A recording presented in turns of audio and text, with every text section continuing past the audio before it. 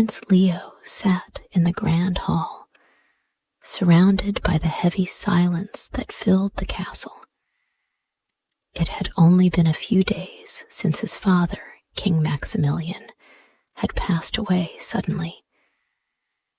Leo, still a young boy of 12, felt a weight on his shoulders that he had never known before.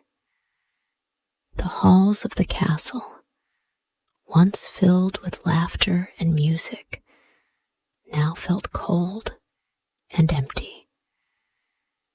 Leo, his mother, Queen Helena, had passed away when he was very small, and he couldn't remember her face. But his father had raised him with love and care. King Maximilian had been a good ruler, always just, always fair. People loved him. They called him the kind king. Now the throne was Leo's to rule. But Leo wasn't sure how he could be like his father. He was just a boy. What did he know about ruling a kingdom? "Your Highness," came a voice. It was Sir Cedric, the royal advisor. He was tall and wore fine clothes, his eyes sharp and calculating. "I think it is time we discuss the future of the kingdom." Leo turned to look at him. Sir Cedric was all that Leo had left for advice. He had been by King Maximilian's side for many years and had promised to guide Leo through this difficult time. "You must make decisions quickly," Sir Cedric continued, his voice smooth and calm. "The kingdom needs a strong ruler, and you, Your Highness, can show them you are ready." Leo nodded, trying to understand. Sir Cedric's words were comforting, but they also made Leo feel unsure. How could he make the right choices without his father's wisdom? Sir Cedric smiled, as if he could read Leo's mind. "Don't worry, my young prince. I will help you every step of the way. You can trust me." Leo trusted Sir Cedric, but something about the advisor's words didn't sit right with him. However, he didn't know who else to turn to. Leo had little experience in ruling and needed someone to guide him. Little did Leo know, Sir Cedric had his own plans. The advisor's smile was a mask that hid his true intentions. As the days went on, Sir Cedric's influence over Leo grew. He told Leo that the kingdom needed a grand celebration to show the people that the young prince was capable of ruling. "It will bring joy to the people," Cedric said, "and strengthen your image as their king." But such a celebration was expensive. It required a lot of money. Sir Cedric, without hesitation, advised Leo to raise the taxes on the common people. "The people will pay their fair share," Cedric said. "This is necessary for the kingdom's future." Leo didn't understand all the details, but he trusted Cedric. So, the taxes were raised, and the people felt the burden of it immediately.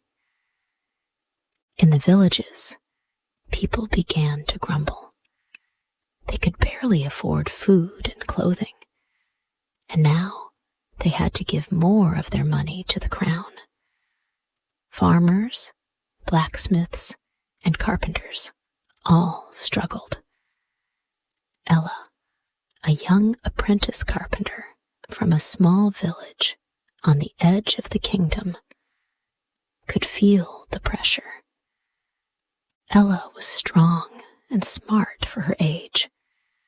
She had learned much from her master, and her skill with wood was unmatched. But no matter how hard she worked, the high taxes made it difficult to make ends meet. She saw the same thing happening to her fellow villagers. People losing their homes, unable to feed their families. It was not fair. One evening, as Ella worked in the workshop, she overheard a conversation between some of the villagers. They spoke of the prince and his high taxes. "Something must be done," one man said. "The kingdom is falling apart under his rule." Ella felt a spark inside her. She could not just stand by and let this happen. She had to do something. But what could she do? She was just an apprentice. Then she had an idea. Ella worked quickly, creating a beautiful wooden statue. It was a finely carved horse, so realistic it looked ready to gallop away. It was a gift, something she could present to Prince Leo. She hoped that by getting close to the prince, she could learn more about what was really happening at the castle. She knew that she had to find a way to make Leo see the suffering of the people. The next day, she made her way to the castle with the statue in hand. The guards were hesitant to let her in, but Ella was clever. She told them she had a gift for the prince, something special to show her respect. When she was allowed in, she found herself in the grand hall. The palace was huge, full of shiny marble floors and expensive tapestries. She could hardly believe she was there. But she didn't let her excitement show. She had a purpose. Ella met with Prince Leo in the royal chambers. The prince looked tired, as though the weight of the kingdom was too much for him to bear. But when Ella presented her statue, Leo's face lit up with surprise and admiration. "This is amazing," Leo exclaimed, running his fingers over the smooth wood. "You made this yourself?" "Yes, Your Highness," Ella replied with a respectful bow. "It's a gift, a symbol of hope for the people." Leo smiled warmly at her. "Thank you. This is the most beautiful thing I've seen in a long time." As Leo admired the statue, Ella noticed the sadness in his eyes. She decided to take a chance. "Your Highness, the people are struggling.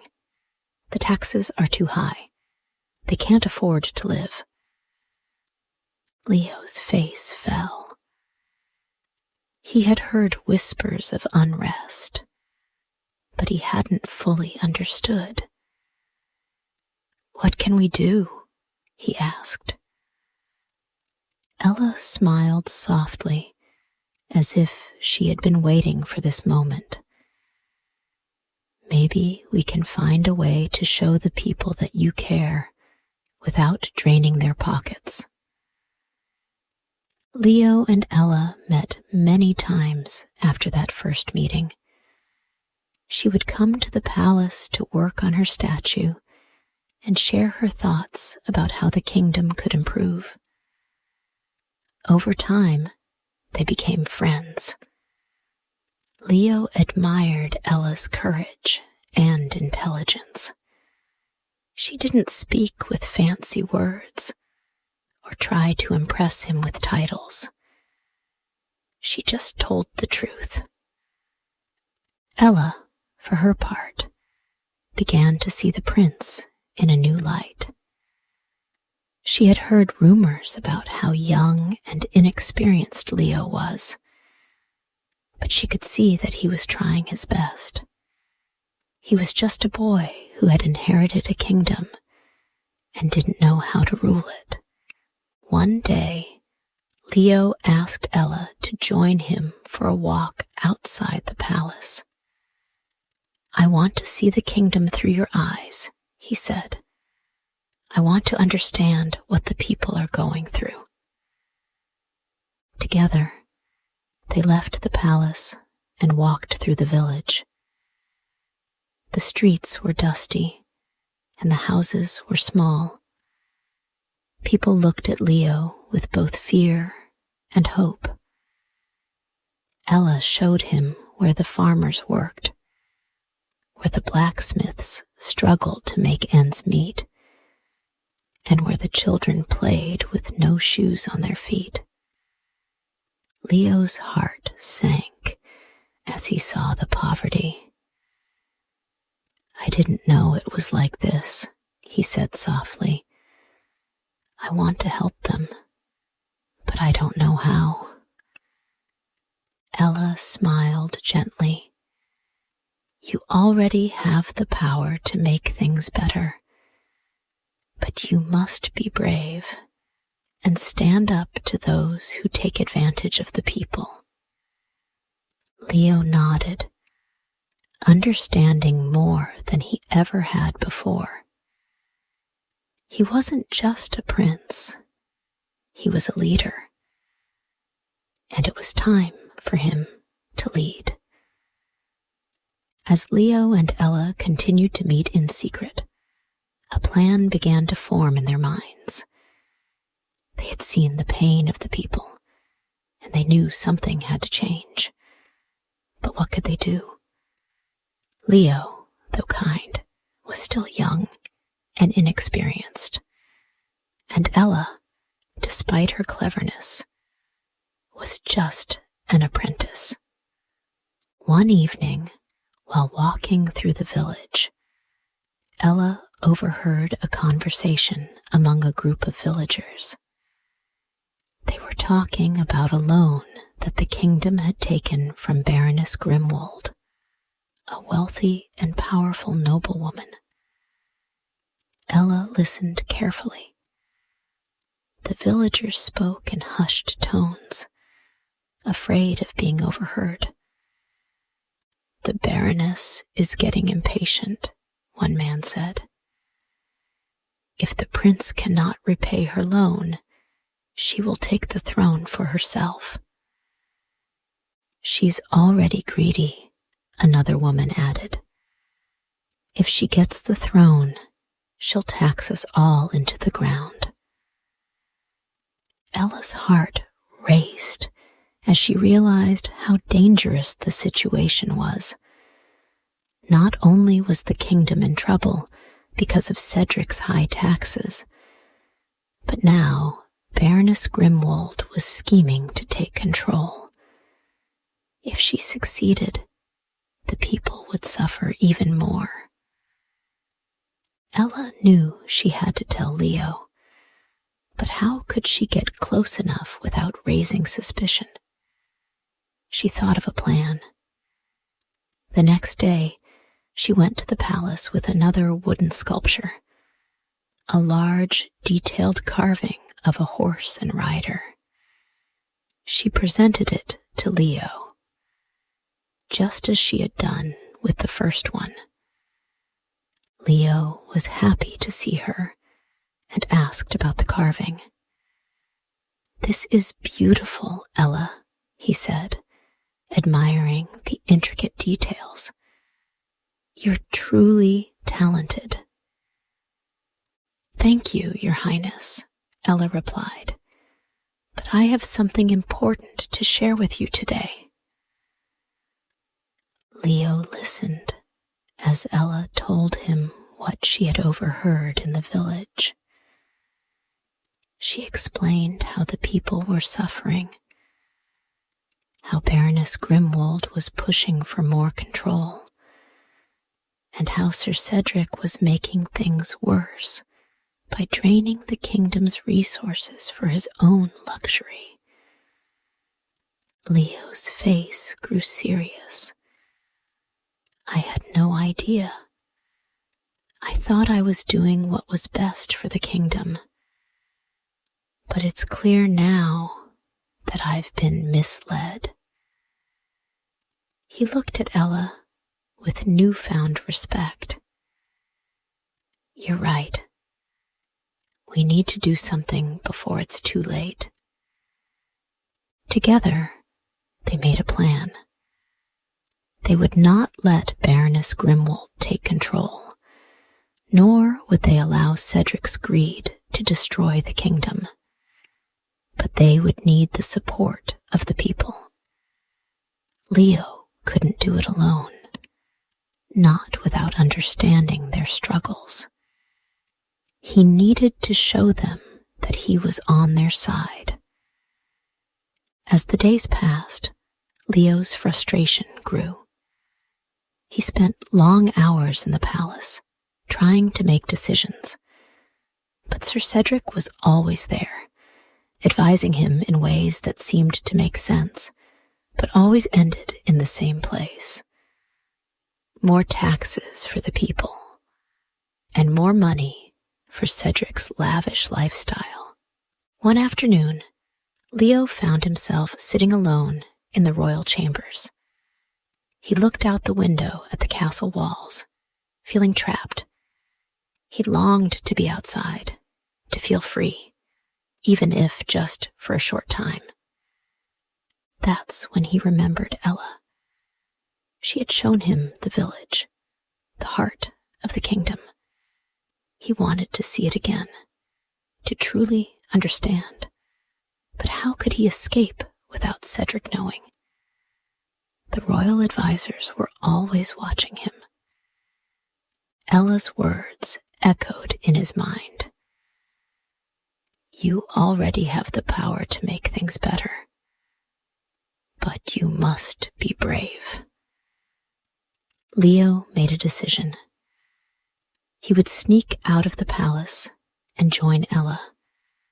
Together, they would visit the people, hear their stories, and come up with a real plan to save the kingdom.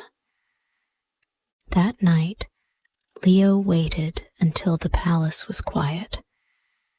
He slipped out of his chambers and into the corridors, careful to avoid the guards. His heart raced as he made his way to the back of the palace. Ella had told him of a hidden path that led out of the castle and into the village. When Leo reached the secret exit, he breathed a sigh of relief. The cool night air greeted him as he stepped outside. He felt free, even if just for a little while. As he walked through the village, he saw familiar faces, but no one recognized him in the dim light.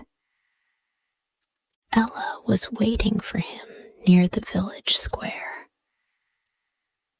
You made it, she said with a smile. I was starting to wonder if you'd back out. I couldn't, Leo replied. I needed to see for myself. The people, they need me. They need us. Together, they walked through the village, stopping to talk to the farmers, the blacksmiths, the bakers. Leo listened as the villagers shared their hardships. One woman spoke of her children who were hungry, another of her husband, who worked long hours just to make ends meet. It was clear that the taxes had taken a toll on everyone. Leo felt a heavy weight in his chest. He had to do something. But what? Ella turned to him, her face serious. You're not alone, Leo. The people will stand with you. But you need to show them that you care, that you understand their pain. Leo nodded. He knew what he had to do. It was time to take a stand. But it would not be easy. Now, from this point, the story will be continued in the next part.